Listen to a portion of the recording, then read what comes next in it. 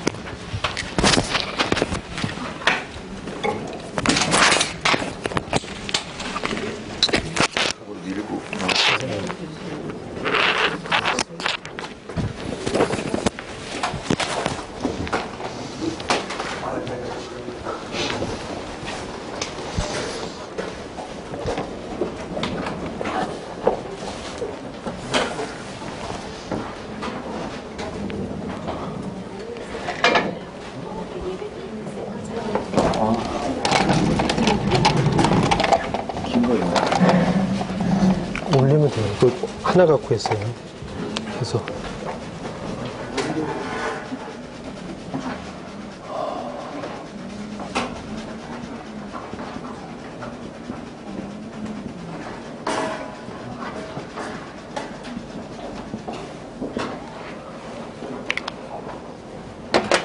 좋습니다. 감사합니다.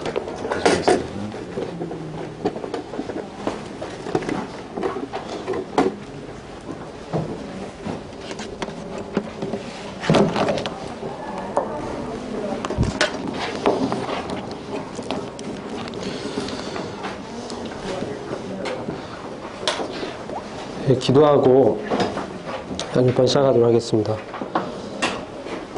주님 감사합니다. 오늘도 주님께서 저희들에게 이런 시간을 허락하신 감사합니다. 저희가 주님의 말씀을 듣고 또 주님의 뜻을 분별해서 저희들이 생활할 때 적용하여 주님께 기쁨이 되는 그런 시간이 될 수 있기를 간절히 원합니다. 주의 성령께 의탁하고 예수님의 이름으로 기도했습니다. 안녕하세요. 네, 오늘은 저희 양육반 지난 시간 때 저희가 경건의 비밀까지 저희가 진도를 나갔습니다. 근데 지난 시간 때 그 누가복음의 족보에 대해서 제가 한번 살펴보시라고 말씀드렸는데 살펴보셨는지, 네, 전혀 의문이 없으셨습니까?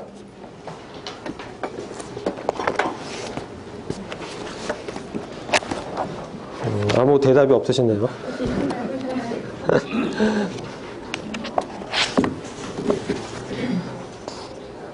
누가복음 3장하고요. 저희가 마태복음 1장을 잠깐 비교해 볼게요.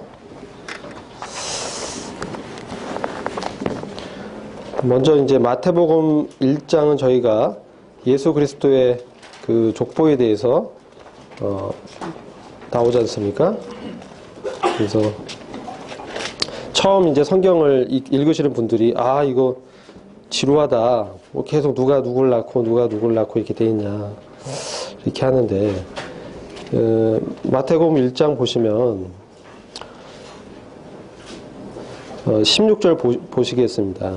이 처음 출발은 아브라함부터 이제 시작해서 이제 16절 보시면 야곱은 마리아의 남편 요셉을 낳았으니 마리아에게서 그리스도라 하는 예수가 나시니라. 자, 그러면은 여기서 마리아의 남편은 요셉이라는 것을 우리가 알 수 있죠. 그리고 요셉이 그 아버지가 누구죠? 야곱. 이 야곱이란 이름은 이제 흔한 이름이기 때문에 그 족장 야곱이 아니라 요셉의 아버지 야곱이 있습니다. 그리고 요셉이 이제 마리아와 결혼하죠. 그리고 여기가 이제 예수님이지 않습니까?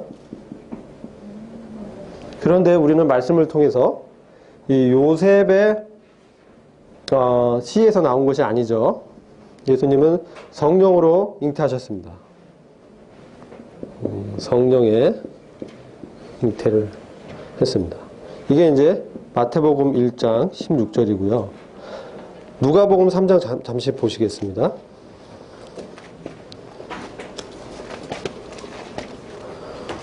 이것은 이제 예수님께서 다윗의 후손이라는 역사적인 그 증거를 이 족보를 통해서도 확인할 수 있다라는 말씀을 드리려고 하는 것입니다.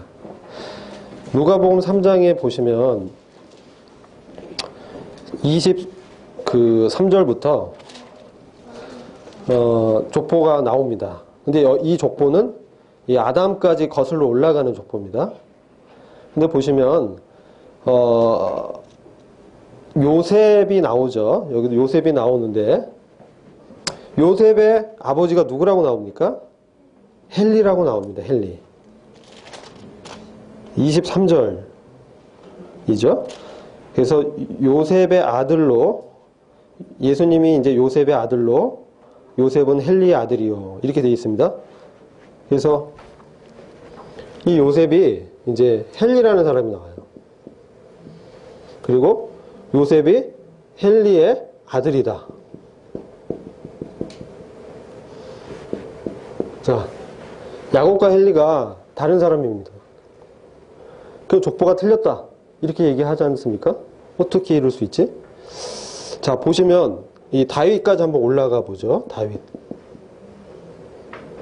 다윗이 솔로몬을 낳죠. 누구한테서요? 밧세바. 그게 저희가 마태복음 1장에는 바에게서 솔로몬을 낳았다. 이렇게 나옵니다. 그런데요, 누가복음의 족보는 다윗의 아들이 누구로 나옵니까? 솔로몬이 나옵니까? 예? 누가 나옵니까? 나단이 나옵니다. 이 동일인입니까? 다르죠. 다릅니다.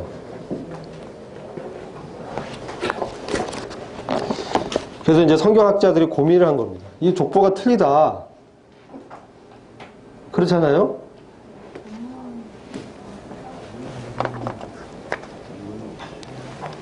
자, 먼저는 요셉의 아버지가 누가복음에서는 헬리로 나오고요.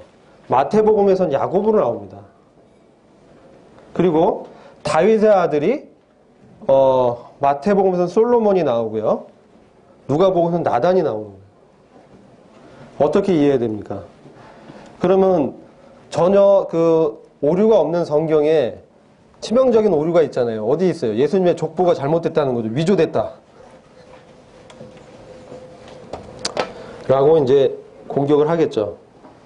그래서 성경학자들이 연구를 해봤습니다. 연구해봤는데, 즉 이것은 마태복음은 요셉의 족보고요. 요셉을 통해서 내려온 예수님을 이렇게 보여주고 있고요. 누가복음 마리아 쪽에서 내려왔다는 거예요. 그래서 모친 마리아도 다윗의 후손이라는 거죠. 누가요? 헬리가요. 여기는 또 다윗의 아들 나단의 계열입니다. 나단.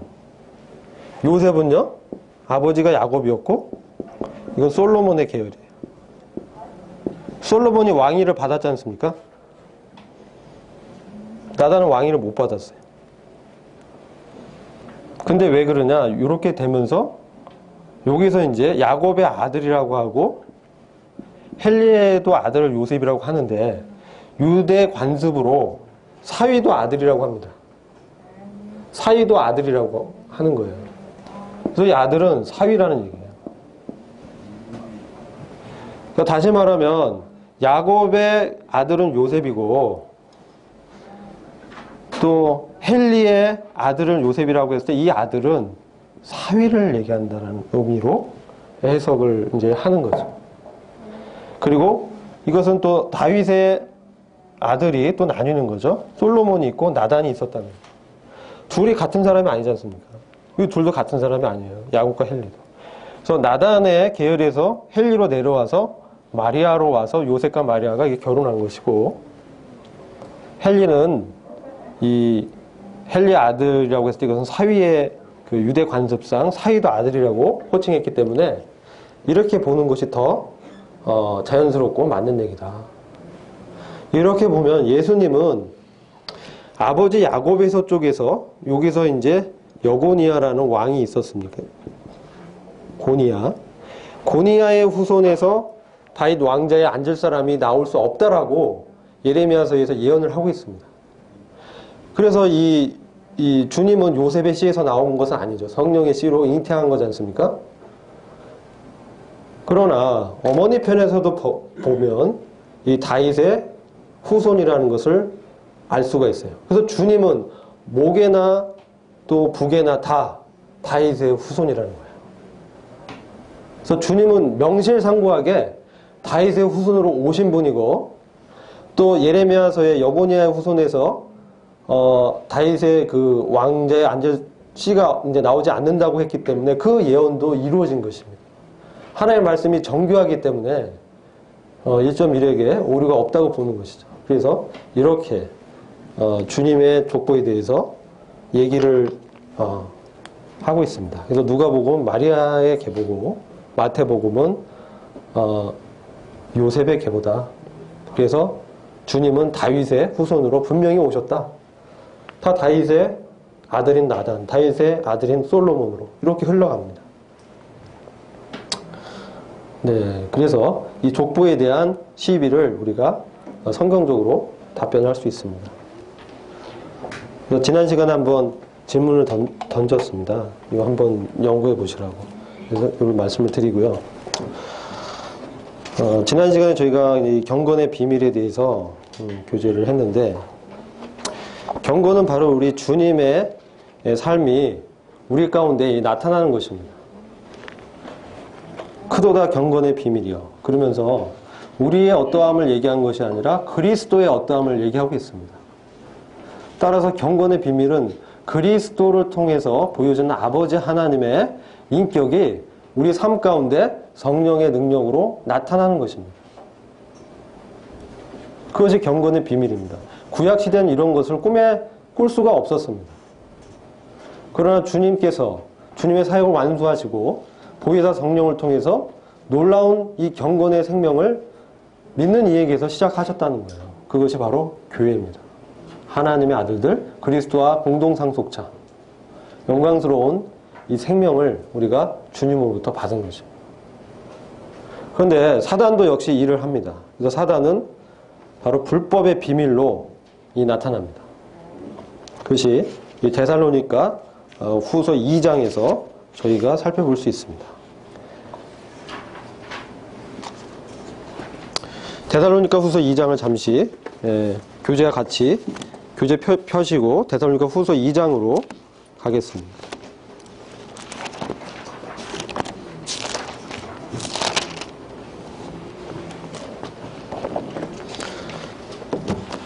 자, 지난 시간에 저희가 불법의 비밀이 이미 활동하고 있다라고 말씀드렸습니다. 데살로니가 후서 2장 7절입니다.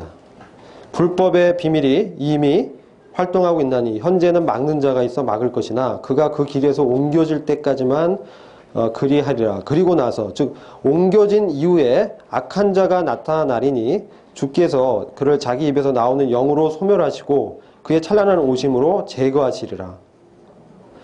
자, 그래서 여기서 이 불법의 비밀이 악한 자로 나타나는 그것을 우리가 보게 됩니다. 자, 그럼 이 불법은 무엇이냐는 거죠. 우리가 경건이라는 것은 하나님의 성품이 나타나는 것이라고 말씀드렸는데, 이 불법은 무법함이라고 지난 시간에 말씀을 드렸습니다. 법이 없는 것입니다. 불법은 무법함이다. 법이 없는 거예요. 그 다음에 죄악이 나타나는 것이다. 그렇죠? 그 다음에 법을 어기는 것으로, 어기는 악으로, 죄악으로, 무법함으로. 먼저 본질적으로 이 불법은 법이 없는 것입니다. 법은 하나님의 말씀입니다. 하나님의 율법입니다. 하나님의 말씀이 그의 마음 가운데 없는 것입니다.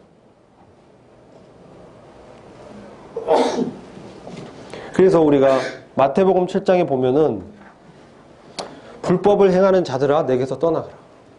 여기서 불법도 나옵니다. 그것은 무엇입니까? 열심히 기적을 행했습니다. 귀신도 내쫓았습니다. 병도 고쳤습니다. 선지자 노릇을 하였습니다. 근데 왜 주님이 그를 도무지 알지 못한다고 했냐는 거예요. 이상하잖아요. 칭찬해주고 상을 줘야 되는데 주님이 오히려 내가 너희를 도무지 알지 못하노라. 이 불법을 행한 자들아 내게서 떠나라. 이상하지 않습니까? 우리 지금 보면 이런 사람들은 교회에서 어떤 자리를 지키고 이제 사역을 한다라고 쉽게 볼 수 있는데, 주님의 판단은 다르다는 거예요. 주님은 왜 이런 판단을 하셨을까요? 주님은 우리가 못 보는 것을 볼 수 있습니다. 무엇을 볼 수 있을까요? 그들의 마음을 보셨다는 거예요. 그들의 마음 가운데 주님의 주대심이 없는 거예요. 주님의 말씀에 근거한 믿음이 없는 거예요. 하나님의 능력을 이용한 거예요. 이게 이제 미혹이 말세에 기사와 기적과 이적으로 나타날 것입니다. 그래서 많은 사람들이 그리스도라고 그를 따를 것입니다. 그러나 그의 마음 가운데는 주님의 말씀이 없습니다. 하나님의 것을 자기 것인 양 사용하면서 하나님을 경외하지 않습니다. 하나님의 주대심이 그의 삶 가운데 나타나지 않습니다. 그러나 종교 행위는 나타납니다. 기적으로 나타납니다. 외형으로 나타납니다. 근데 정말 그의 심중에 하나님에 대한 경외심이 없습니다. 우리는 많은 전도자들이 처음에는 복음을 증거했지만 지금 어떻습니까? 다른 복음을 증거하는 것을 매스컴에서 보게 됩니다. 빌리 그레이엄 목사가 얘기했죠. 기독교에만 구원이 있는 것이 아니다. 이게 믿어지지 않죠. 이 뭡니까? 변질되는 것입니다. 왜 변질이 됩니까? 그의 마음 가운데 주님에 대한 경외함, 주님에 대한 두려운 주님에 대한 주님의 주권이 희석되거나 없어졌다는 거죠. 그러니까 다른 이야기를 하고 결국은 뭡니까? 인간의 선함을 주장하는 겁니다. 인간의 노력을 주장하는 것입니다. 그것이 종교의 결말입니다. 바리새인적인 것이죠. 주님의 경건이 아니면 주님을 닮을 수가 없거든요. 어느 한계선에서 버티지만 사울처럼 그의 본성이 드러나는 것입니다. 그가 사무엘을 기다리다가 7일까지 기다리다가 마지막에 자기 본성이 드러났잖아요. 제사를 자기가 드려버리고 아말렉을 다 근절하라는 주님의 말씀을 일부만 받습니다. 그리고 그의 믿음 없음이 드러납니다. 기다리지 못했습니다. 자기가 행해버린 겁니다. 하나님을 두려워하기보다는 대적들을 더 두려워했던 것입니다. 그게 바로 무법함이라는 거예요. 불법. 근데 지금 말세에도 많은 적그리스도들이 활동하고 있습니다. 적그리스도는 예수 그리스도의 육체로 오심을 인정하지 않는 자입니다. 적그리스도가. 그러면 예수 그리스도께서 육체로 오셨다는 게 무엇입니까? 그게 경건입니다. 예수 그리스도께서 육체로 오신 하나님이라는 것으로 믿은 사람이 그 안에 주님의 생명이 역사가 있는 것입니다. 그래서 이 육체로 오신 하나님, 이것은 놀라운 성육신의 비밀이고 이것이 이 우주의 가장 위대한 사건인 것입니다. 근데 그와 같은 사건이 우리에게도 일어났다는 거예요. 어떻게? 성령으로. 예, 성령이 우리 안에 보혜사로 오셨습니다. 근데 그것을 부인한다는 것입니다. 적그리스도는. 적그리스도는 예수님의 육체로 오신 부인한다는 것은 영적인 것은 아주 선하다. 그러나 육체로 나타나는 것은 아주 악하다라는 영지주의의 형편으로 하나는 나타나고요. 두 번째는 율법주의로 흐릅니다.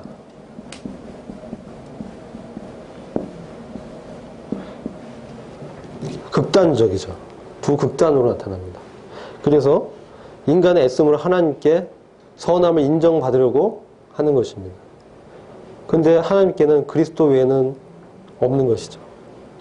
주님 외에는 인정받을 수가 없는데 자신의 이 의의를 드러내게 됩니다. 자기 의의를.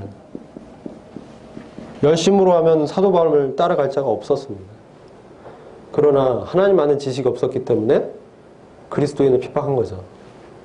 마찬가지 이런 상태가 말세에도 나타나게 될 것입니다. 그러나 지금 막는 자가 있어서 그 길에서 옮기올 때까지는 막고 있다는 것입니다. 이 막는 자가 이 불법의 비밀을 드러나서 이 세상에 확산되는 것을 막고 있다는 거예요. 이미 활동은 하고 있습니다. 이런 적그리스도의 영이 활동하고 있습니다. 육체로 주님을 믿는 것을 부인하고 방임하거나 아니면 극단적으로 자기 의로 나타나는, 이렇게 나타나서 타락하게 하고 도덕적인 부패와 타락이 나타나게 되죠. 그 다음에 극단적인 종교주의로 흐르게 됩니다. 이런 것이 말세의 적그리스도의 영의 이 불법이 나타나는 상황입니다. 그런데 그것을 누가 막고 있느냐? 근데 그가 옮기올 때까지만 막고 있기 때문에 이 막는 자는 옮기올 자라는 거죠. 지금 이 우리의 믿음의 이 길에서 우리가 많은 도전과 사단의 방해가 있지만 우리가 그리스도 안에서 이 사단과의 전쟁에서 이미 우리는 승리한 주님 안에 있기 때문에 주님 안에 있는 그 믿음으로 충분히 우리가 그분의 승리를 우리 것으로 취할 수가 있습니다. 그렇게 해서 우리가 그 사단과의 영적인 전쟁에서 대적하고 주님 안에서 승리를 내 것으로 취하는 그런 이기는 자의 믿음으로 살아가고 있는 것입니다. 예수 그리스도가 하나님의 아들이심을 믿는 자 외에는 세상을 이기는 자가 누구겠느냐. 이 세상은 뭐예요? 이렇게 지금 활동하고 있는 거예요. 세상의 영은 이렇습니다. 그런데 이것이 주님이 이 막는 자를 끌어올리십니다. 이 막는 자는 교회와 이제 성령이라고 분별하고 있습니다. 교회와 성령이 함께 성령의 역사가 나타나는 교회가 불법의 비밀을 막으면서 이 땅 가운데에서 복음을 전하고 있는 것입니다. 사단의 권세에 대해서 승리를 선포하는 것입니다. 하나님의 영광을 증거하는 것입니다. 우리 삶 가운데 경건의 비밀이 드러나도록 우리를 주님께 의탁하는 것입니다. 이것이 이제 우리가 바로 막는 행위죠. 근데 주님이 오실 때 이 교회와 성령은 올라가고 막는 자는 자기를 드러낼 것입니다. 이 불법의 비밀이 자신을 드러낼 것입니다. 이게 바로 그 적그리스도, 바로 그 죄의 사람, 멸망의 아들입니다. 데살로니가 후서 다시 보시겠습니다. 다시 보시면 2장 3절인데요.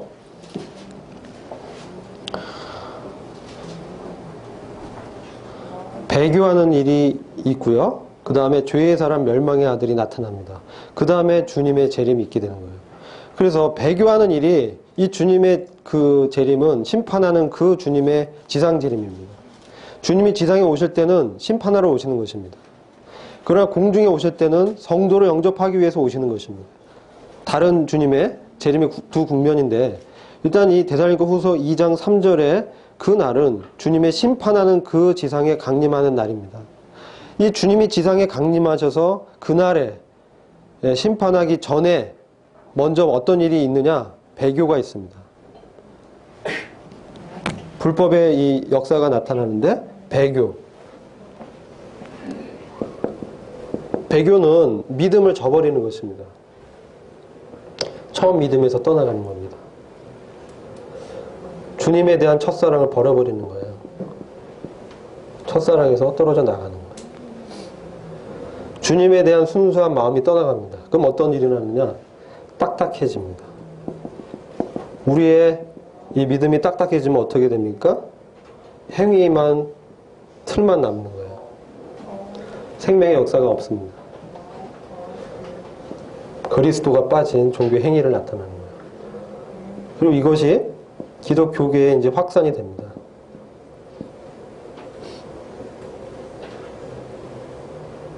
그래서 말세에는 바로 이 적그리스도와 적그리스도를 받아들이게 되는 거죠.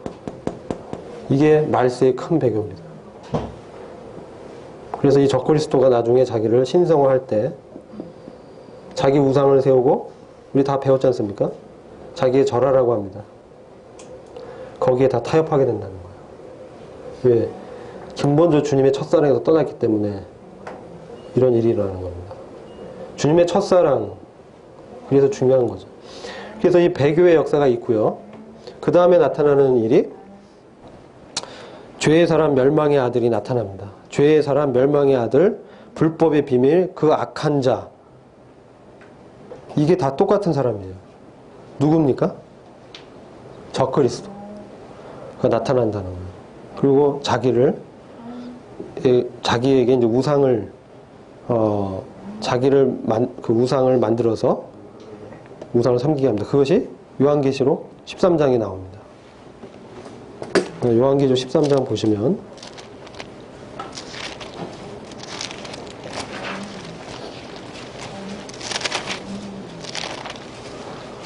여기 보시면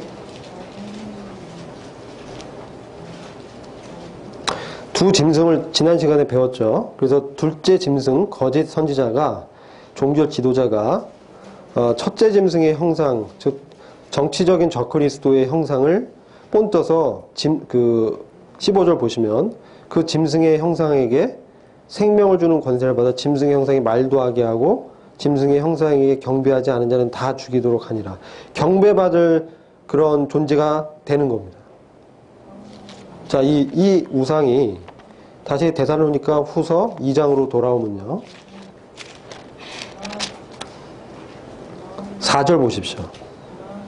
죄의 사람, 멸망의 아들, 악한 자. 4절은 그는 대적하는 자며, 대적자입니다. 하나님이라고 불리는, 데살로니가 후서 2장 4절입니다. 그는 대적하는 자며 하나님이라고 불리는 모든 것과 숭배받는 대상 위에, 하나님이잖아요. 하나님이 바로 숭배받으시는 그 분이지 않습니까? 그분 위에 자신을 둔다는 거예요. 그래서 하나님의 성전에 앉아 하나님처럼 보여 자신은 하나님이라고 하느니라. 이런 일이 일어난다는 것입니다. 어디에? 하나님의 성전에. 그럼 여기가 어디냐? 마태복음 24장으로 한번 보시겠습니다. 가서 확인해 보시겠습니다. 마태복음 24장에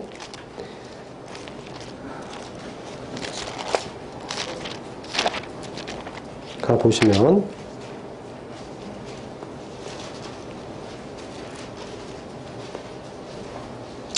15절입니다. 이 15절이 다니엘서 9장에 나오는 그 말씀을 인용한 것인데요. 마태복음 24장 15절에 대환란을 이제 예언하시면서 그러므로 너희가 선지자 다니엘을 통하여 말씀하신 멸망에 가증한 것이 거룩한 곳에 선 것을 보리니 그때 유대에 있는 자들은 산들로 도망하라. 유대에 있는 어떤 장소입니다. 그리고 하나님의 성전이라고 했습니다. 어딜까요? 예루살렘 성전입니다. 거기에 그 성전을 짓고 자기를 거기에 신격화하고 우상을 만든다는 겁니다. 그래서 그거를 보면 깨달으라 라고 하고 있고요. 자, 이게 다니엘서 9장에서 이 말씀 인용해 왔습니다. 그럼 인용한 다니엘서 9장을 보셔서 한 가지 더 확인해 보겠습니다.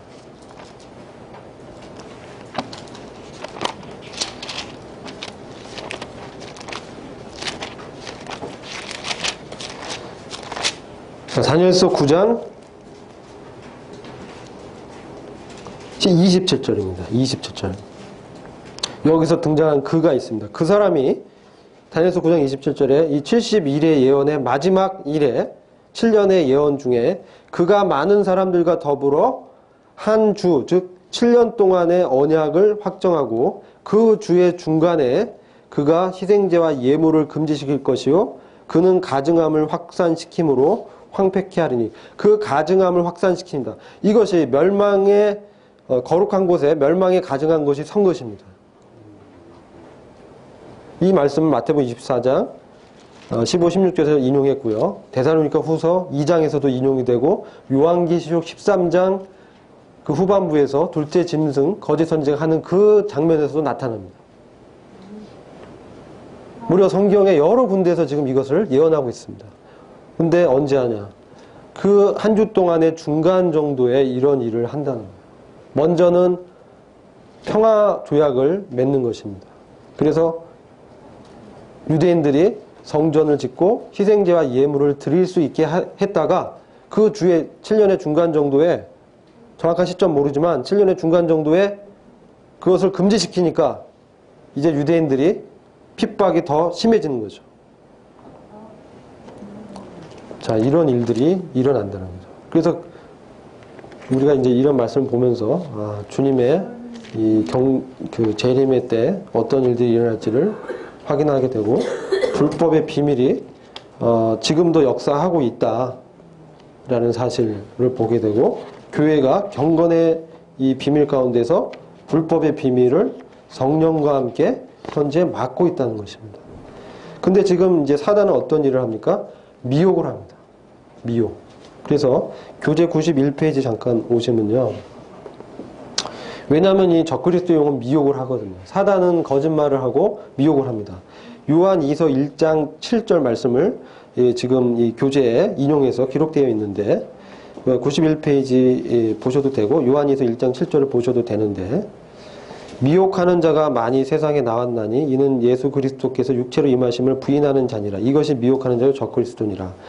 그리고 저희가 고린도 후서 11장에서도 사단의 미혹이 어떻게 역사하냐, 그 말씀을 저희가 제 교재했는데, 이것이 구체적으로 교회 가운데 어떻게 사단의 미혹이 나타나는지를 고린도 후서 11장을 통해서 확인해 보겠습니다. 자, 왜냐면 이 데살로니가 후서 2장 11절에도 이 강한 미혹을 보낸다고 하고 있고, 미혹하는 자로 나타나고 있습니다. 사단의 영이. 그럼 교회 가운데는 이 사단의 영이 어떻게 나타나느냐. 그게 고린도 교회 가운데 그 사단의 역사가 있었습니다. 저희가 수요 집회 가운데 성경 읽기 모임에서 이런 부분을 함께 나눴는데요. 고린도 후서 11장입니다. 거기 1절과 3절 사이에 보시면, 바울은 교회를 정결한 처녀로 그리스도께 중매를 하고 있는 장면으로 말씀하고 있습니다. 근데 3절에 뱀이 그 관계로 하와를 속인 것 같이 너희 마음도 어떤 방법으로든 그리스도 안에 있는 단순함에서 떠나게 하고 부패시킬까 두려워한다. 누가 와서 우리가 전파하지 아니한 또 다른 예수를 전파하거나 너희가 받아들이지 않는 또 다른 영을 받거나 너희가 영접하지 않는 또 다른 복음을 전파하면 너희가 그를 잘 용납하는도다. 자, 실제로 고린도 교회 사도 바울이 복음을 증거해서 그들이 구원받았는데 고린도 교회 가운데 이런 일이 있었다는 겁니다. 다른 복음, 다른 예수, 다른 영을 전했는데 받아들였다는 거예요. 미혹된 겁니다. 근데 실제로 일어났다는 겁니다. 그래서 이 사도권을 부인하고 지금 다시 뭘로 돌아가냐면, 거짓 사도, 거짓 교사가 가리킨 게 무엇입니까? 율법주의를 가르쳤습니다. 그래서 인간의 나타남, 자기 자랑, 지혜, 철학. 자, 고린도 교회 이방 문화 가운데 지혜와 철학이 승한 지역이었습니다. 지금 현대도 마찬가지입니다. 지금 현대에 쏟아지는 많은 무수한 이 정보, 지식들 보십시오. 너무나 놀랍습니다. 너무나 정교한 과학. 진화론 요즘 많이 TV나 매스미디어 다시 나오고 있는데요. 아주 정교하게 이 그래픽화해가지고 나오고 있습니다. 자, 갑자기 빅뱅 빵 터지면서 인류가 이게 생겼다는 거예요. 생명체가. 그리고 그게 생명체가 막 진화해서 사람이 됐다는 거예요. 그런데 그거 믿습니다. 미혹된 겁니다. 근데 교회 가운데도 하나님의 말씀에 대해서 분별력이 약해집니다. 마음에 하나님의 말씀을 두기보다 자기의 배의 이익을 추구하는 자기 선생들을 둡니다. 이게 디모데 후서 3장 4장에 나타나 있습니다. 말세의 증상입니다. 그래서 많은 기독교계가 아까 오전에 교제한 것처럼 발람의 교리처럼 세상과 섞여버리는 일이 일어나는 거예요. 그래서 그 목사님에게 모든 걸 맡기고 자기는 성경 연구를 안 합니다. 그냥 듣습니다. 그 말이 맞다고 믿습니다. 그런데 사도 바울이 세운 교회들 중에 베레아 교회, 베레아 성도들은 뭡니까? 사도 바울이 증거한 그 말씀도 정말 그러한가 하고 말씀을 매일 날마다 상고했다라고 하는 거예요. 사도 바울이 증거했는데도 그렇게 했다는 겁니다. 아, 정말 말씀이 그러한가? 그래서 주님이 그들을 귀한 자다. 이렇게 말씀하고 있는 겁니다. 주님의 그 말씀에 사모함이 있었습니다. 열정이 있었습니다. 그래서 그렇게 했다는 거예요. 지금 이 세대에도 마찬가지입니다. 우리가 지금 나타나는 영화, 매스미디어 다 뭘 얘기하는 것 가만히 보세요. 뭔가 외계인이 다 나타납니다. 그런 요즘 공통적인 영화 매스미디어 특징이에요. 외계인 지금 심지어 무슨 뭐 나옵니다. 그 드라마에 그 외계인 400년 산 외계인이 나옵니다. 그 열광합니다. 시청률 1위입니다. 그런 거 나와요. 그 왜요? 드라마까지 해도 그런 게 자꾸 외계인 같은 게 자꾸 등장해요. 외계의 세력이 나타나서 지구의 위기에서 구해준다는 거예요. 자꾸 그런 메시지를 보내고 있습니다. 이게 누가 보내는 걸까요? 누구죠? 미혹하는 영. 역사하고 있는 겁니다. 실제로. 그래서 뭡니까? 뭔가 이 주님 외에 다른 구원자가 있다는 거예요. 그게 진리라는 거예요. 자꾸 그렇게 사람들의 마음을 미혹합니다. 교회 안에도 자꾸 다른 이런 거짓 복음, 율법으로 돌아가게 하는 거, 자기 애씀에 빠지게 하는 거, 종교 행위에 몰두하게 하는 거, 자기를 나타나게 하는 거, 고린도 교회가 빠진 그 실수를 다시, 그 미혹 가운데 다시 이 교회들도 이 주님의 말씀에 깨어있지 않기 때문에 자꾸 거기에 빠지게 됩니다. 그래서 우리는 사도 바울처럼 무엇을 자랑해야 됩니까? 주님을 자랑해야 되는 거예요. 주 안에서 자랑하라는 건 주님을 자랑하라는 얘기입니다. 주님이 하신 일을 자랑해라. 아, 주님이 이렇게 했습니다. 주님이 우리에게 이렇게 역사하고 계십니다. 주님께서 제게 역사하셨습니다. 저는 실패했지만 주님은 영광스러운 분이십니다. 그래서 저는 주님을 위해서 이렇게 지금 따라가고자 합니다. 하지 말라는 얘기가 아니라 하면서 우리가 주님을 섬기면서 우리 영광을 주님께 돌리는 거죠. 자, 이런 지금 사단의 이 역사가 지금 활동 중이고 이 말씀대로 이 적그리스도로 나타날 것입니다. 그리고 주님이 그를 어떻게 하실 것인지가 데살로니가 후서에 또 기록되어 있습니다. 그의 최후가 불법의 비밀의 최후가 나타납니다. 우리가 이것을 알아야 됩니다. 이미 사단의 그 권세는 깨졌는데 사단의 하수인 불법의 비밀 그 활동하는 적그리스도 그는 8절 보시면 데살로니가후서 2장 8절 주께서 그를 자기 입에서 나오는 영으로 소멸하시고 그의 찬란한 오심으로 제거하시리라. 자, 그리고 주님이 오셔서 그 주님의 입에서 나오는 영 말씀을 영이라고 했잖아요. 주님의 입에서 이한 검이 나온다고 했지 않습니까? 하나님의 말씀의 능력으로 그를 소멸하시겠다. 주님이 재림하셔서 제거해버리겠다. 라고 말씀하고 있는 것입니다. 그래서 이 불법의 비밀에 이 멸망할 것을 보게 되고 하나님의 그리스도께서 하나님 아들 그리스도께서 오셔서 그분의 찬란한 오심으로 그 불법의 비밀을 제거해버리겠다. 멸망시키겠다. 그런 말씀을 하셨습니다. 자, 그래서 부연에서 9절 10절 보시면 누구에게 이 불법의 비밀이 역사하느냐? 멸망하는 자들 안에 있는 모든 불의의 속임수, 불의한 속임수, 의롭지 못한 그리스도가 아닌 것입니다. 이 세상에서 오직 의로운 분은 그리스도 외에는 없습니다. 하나님 아들 그리스도 외에는 의로움이 없다고요. 근데 이 불의라는 것은 그것을 자기가 취하는 것입니다. 속이는 것입니다. 그들이 진리의 사랑을 받아들이지 아니하여 구원을 받지 못하였기 때문이라. 이로 인하여 하나님께서 그들에게 강력한 미혹을 분해서 거짓말을 믿게 하시면 진리를 믿지 않고 불의를 쫓아하는 모든 자로 무엇을 받습니까? 심판을 받게 하려 하십니다. 주님이 그를 그냥 내버려 둔 건 하나의 심판입니다. 그들이 믿지 않을 것을 아시는 거예요. 자, 이렇게 불법의 비밀의 그 역사와 활동과 교회가 어떤 일을 할 것이고, 그 다음에 마지막에 주님이 이렇게 주님의 찬란한 영광을 드러낼 것이라는 것을 이 말씀을 통해서 우리가 확인하게 되고, 지금 이 시대에 이런 일들이 일어나는 게 당연합니다. 그래서 우리가 이걸 뭐 여기에 대해서 우리가 뭐 흔들릴 필요가 없습니다. 저희 교회 가운데도 그런 미혹의 사람들이 있었지 않습니까? 자, 주님께서 제거하시는 겁니다.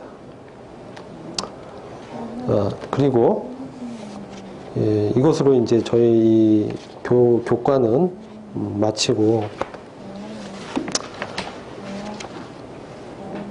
자, 그들의 운명은 마지막에 보시면 93페이지 보시면 지옥 불못에 이제 내던질 것이라는 것이 기록되어 있는 게 계시록 19장 19절에서 20절에 적그리스도와 이 두 짐승, 첫째 짐승과 거짓 그 둘째 짐승, 이들은 산채로 지옥 불못에 내던져질 것입니다. 그리고 주님과 적그리스도의 비교를 표로 이렇게 보여주고 있습니다. 한번 보시고요. 다음 시간에는 부활에 대해서 저희가 함께 나누겠습니다. 이거는 함께 나누는 것입니다. 그래서 형제 자매님들이 읽어보시고, 박 형제 얘기한 게 정말 맞는 얘기 하고 있는가 이거 살펴보시면 도움이 많이 되실 것입니다. 우리 형님들 중에서 기도해 주시고 마치도록 하겠습니다.